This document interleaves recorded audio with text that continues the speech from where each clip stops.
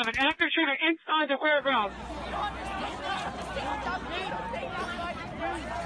We're going to get trampled if we don't go. Control, that is correct. Shots fired from Mandalay Bay. There's many people down. Stage left.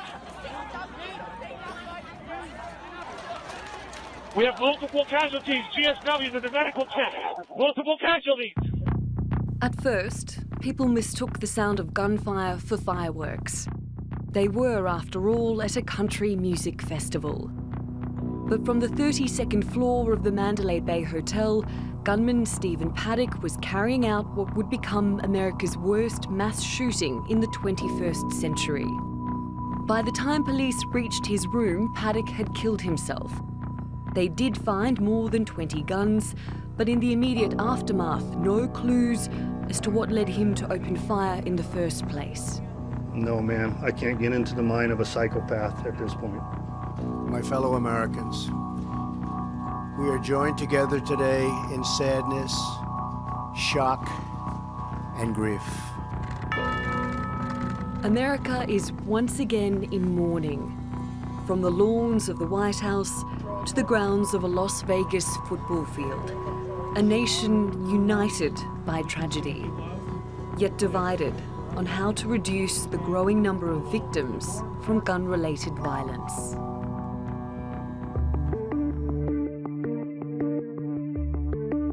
In 1996, the United Kingdom and Australia each experienced the terror of a shooting massacre. It seems unreal. I can't even understand anyone doing anything like this. The attacks changed the gun ownership debate in those countries. Both governments introduced stricter gun laws, and there was even a gun buyback scheme for banned weapons. 2 decades on, the American Journal of Medicine published a study about violent death in the US. It found the gun-related murder rate in America was 25 times higher than many other high-income nations, including the United Kingdom and Australia. Statistics aside, there is another striking difference between the countries. The US is home to arguably the most powerful gun lobby on the planet, the National Rifle Association. It is an avid defender of the Second Amendment, which grants Americans the constitutional right to bear arms. It's also been the major political advocate for encouraging gun ownership and greater access for citizens to purchase weapons. That's a position that hasn't changed, even as the title of worst mass shooting passes from one massacre to the next. Natalie Pohonen, The Newsmakers. Joining me now from Washington is John Lott. He is the president of the Crime Prevention Research Center and author of The War on Guns, Arming Yourself Against Gun Control Lies. And with me here in the studio is Borzu Dragahi. He is a senior editor at BuzzFeed News. Thanks so much, both, for joining us on The Newsmakers. Let me start where our report actually left off. Why is it that when the UK and Australia had one gun massacre, gun laws were immediately amended to save lives, yet the US has had multiple massacres and gun laws remain unchanged? John Lott, I'll let you field that first. Well, look, much of the rest of Europe has similar laws to what the UK has. You know, in France, you can't even own a semi-automatic rifle, and yet you look at the mass public shootings that have occurred there. In 1 year, 2015, they had 532 casualties from mass public shootings. That's more than occurred for mass public shootings in the United States over the entire 8 years of the Obama presidency. Are you saying mass shooting casualties are higher in France? It's pretty clear that they have. I'm not sure these statistics are at all correct. France, Go ahead. If you use the FBI definition of mass public shootings, which traditionally has been 4 or more people killed in a public place, not as part of something like a gang fight or some other type of crime, but where it's like this Las Vegas attack or the ones at the concert hall in France where they're just trying to go and kill people. So you're comparing apples to apples on this. In fact, Europe has had as high or higher rates of casualties from mass public shootings than the United States has. Whether you go back but from Mr. Lott, the people who perpetrated these crimes in France, for example, were using illegal guns. They had obtained guns illegally. Right. In the United States, these are legal gun owners that perpetrate these crimes. Well, two things. One is the fact that it was illegal didn't stop all those mass public shootings from occurring in France. You're right. They keep on using machine guns. Semi-automatic guns aren't even allowed in France, but yet somehow these guys were able to get a hold of machine guns, and that's true in Belgium, it's true in other places. And of course, during the 70s, 80s, and 90s, you'd have groups like Black September and the Biner Meinhof gang that would go into airports and discos and other places with machine guns and kill lots of people. And so if you look at the overall period of time, again, whether it's during the Obama administration or longer. Now, the big thing here is that despite U.S. regulations, this is the first time that we've had a mass public shooting involving a machine gun in the United States. Okay, but I mean, let me ask Borzu then, because the argument here always is that bad guys go to Europe or around the rest of the world. You asked a very good question at the beginning, and I think we should get at it. And that was not answered, and that we should try to answer. Why have these mass casualties events in other parts of the world? Hold on one second. You spoke. Why have they provoked responses and public responses in all these other countries and have basically brought upon government changes in those countries and not in the U.S.? I think there's several reasons, but I think the main reason is that despite public pressure and public opinion repeatedly from the public demanding more gun control, the U.S. government is captured. It is basically corrupted by the gun lobby, and this is something that has to be addressed, something that has to be looked at, has been manipulated by the gun lobby, has been paid off by the gun lobby. If you look at the amount of money that the gun lobby pours into the political campaigns of pro-gun politicians, it's extraordinary. And in addition to that, there's the sort of threat that if you take on a popular anti-gun position or pro-regulation position, you will face a primary challenger that will defeat you in these elections. So basically, they've manipulated the political system in order to be able to sell these weapons, much as the same way a generation ago the tobacco industry captured the U.S. government.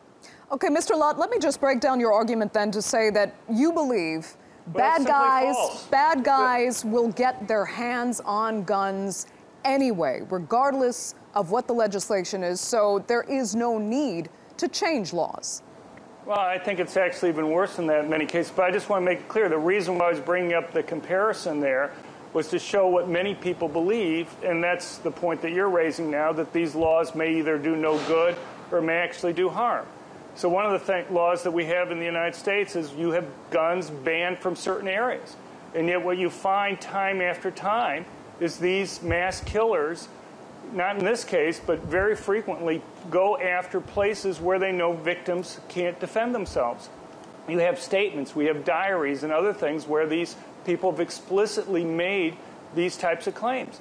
But I also just want to briefly address the person on the other side's comments about money. If you look at the amount of money that Michael Bloomberg, who's a big gun control advocate, donated to federal elections over the last 2 election cycles, he donated over $48 million. Yeah, but not on a single during that issue. Same period over of time, many different issues, because he has a multifaceted agenda that politicians like that. It's not explicitly about gun control. It was only to people.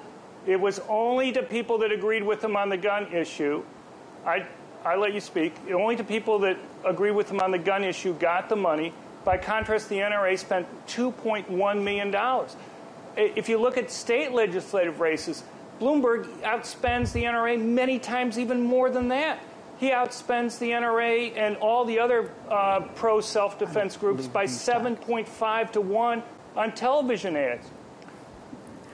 That is from Advertising Age. Okay. And I'm happy to send you a link afterwards. Yes, I would actually like to and you can go to opensecrets.org to see what the donations were.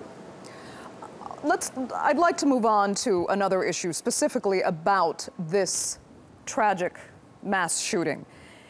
Some people are saying that this will be the tragedy that actually finally changes minds. And we have, for instance, Caleb Keeter, who is a country music guitarist who performed just before Jason Aldean took the stage. He tweeted this: "I've been a proponent of the Second Amendment my entire life until the events of last night. I cannot express how wrong I was.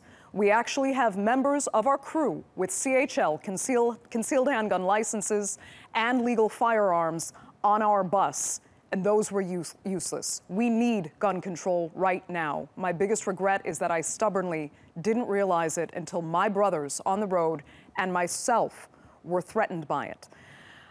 Borzu, do you think this opinion is a one-off or will prove rare, or do you think that this actually is changing the tide of public opinion in America? I think it just doesn't matter anymore what public opinion in America is on certain issues, on many issues. I think that the U.S. government is completely dysfunctional right now. I call it the American fitna at this point, what's happening in the U.S., what's happening in Washington. I don't think that anything will come out of what happened here. But I just want to address one thing that this country western singer said, and I think it's a nuance that needs to be explored and highlighted. You can be pro-Second Amendment, as many people I know are. You can be pro people having the right to own guns, keep guns in their homes for their own protection, and to use them for sports. I know a lot of people, I grew up in Illinois, and a lot of people I know were hunters, or they would go and do target practice, and they're completely within their rights. But also be an advocate of some kind of regulation, you know, some kind of controls on the sales of guns and ammunition and so on, and still be a supporter of the U.S. Constitution. John, let me first get your personal opinion on that tweet from Caleb Keeter. Does it affect you at all to hear someone who so grew up as a proponent of the Second Amendment change his mind because of this tragedy on his doorstep? Well, I mean, I've changed my mind the other way because of my research. I mean, I can give you, and he mentions the concealed carry permit holders. You can go to our website at crimeresearch.org. We have many dozens of cases where sheriffs, prosecutors, or police have said that mass public shootings have been stopped because of people with concealed handgun permits. Now, this was a very unusual case, from this guy firing from the 32nd floor of a hotel into a crowd of 22,000 people from a significant distance. It's true. In this case, having a concealed handgun permit wouldn't have made any difference at all. But there's lots and lots of cases. We just had a case just in the last week where a church shooting was stopped in Nashville, Tennessee, because somebody had a concealed handgun. You know, okay. These types of cases usually don't get much more than local news coverage. There are some nuances here, then, in that perhaps there's an argument to be made for handgun possession, but when assault rifles, for example, can still be obtained by ordinary citizens just because they don't have a criminal record, then maybe you have a problem. One of the arguments against you is that guns have changed. Physically, guns have changed. They are no longer the muskets that existed when these laws were originally written in the United States. Guns have changed. Our laws should change as well. Why don't you think there should be a progression here to adapt to changing technology? Well, look, this is the first mass public shooting in the United States that involved a machine gun. As I mentioned, you have lots of cases in Europe involving machine guns. At least at this point in time, it appears that he illegally obtained the gun. There's very substantial criminal penalties that are already imposed on people if they were to go and illegally obtain a machine gun that's there. You know, when you talk about normally when people use the term assault weapon or military style type weapon, people think of machine guns. They think of these fully automatic guns. But in fact, they just look like that on the outside. The inside guts of them is the same as any semi-automatic hunting rifle. Now, if you want to ban all semi-automatic guns, then let's have that discussion. But to go and ban a certain set of guns simply because they look on the outside like military weapons, but no military in the world would use them, they function the same as any small game hunting rifle, it doesn't make a lot of sense. And there's a reason why the proponents of gun control go after the looks of guns rather than how they function, and that is people realize how beneficial semi-automatic guns are to protecting them. There are three types of guns. There's manually loaded guns. You fire the gun. You have to physically put a bullet in the chamber again yourself. Semi-automatic, you fire a bullet, it automatically reloads. You pull the trigger once, one bullet comes out, it reloads.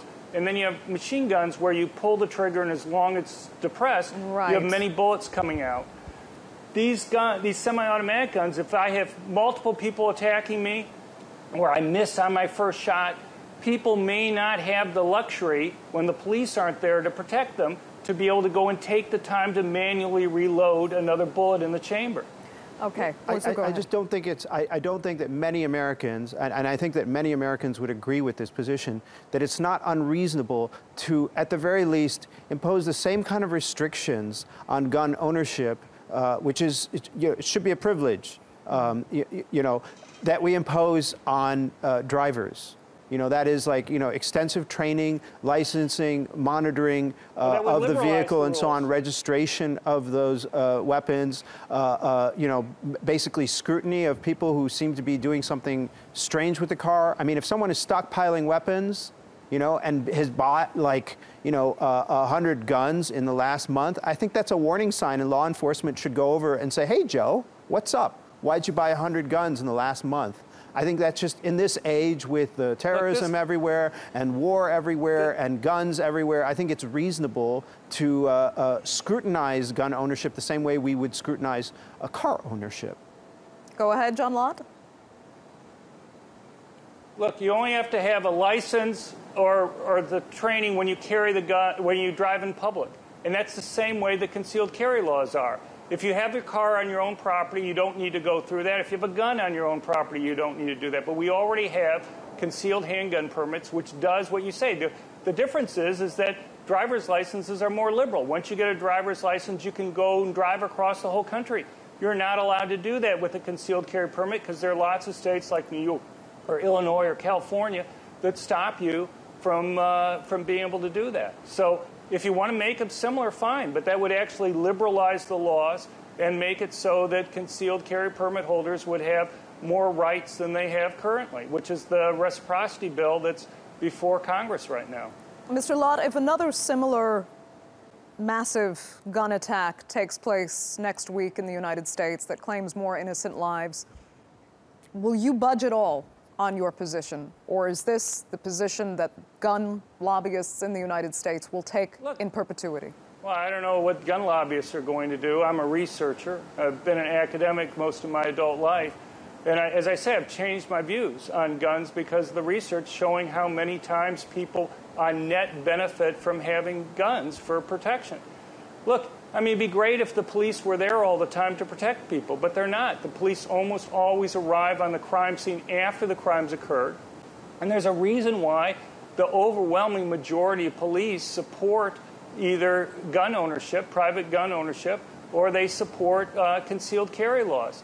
The problem that you have with a lot of these gun control laws is people were talking about different gun control laws before they even knew any of the facts. So yesterday morning, within hours of the attack, you had people talking about, well, we just need to have certain types of background checks.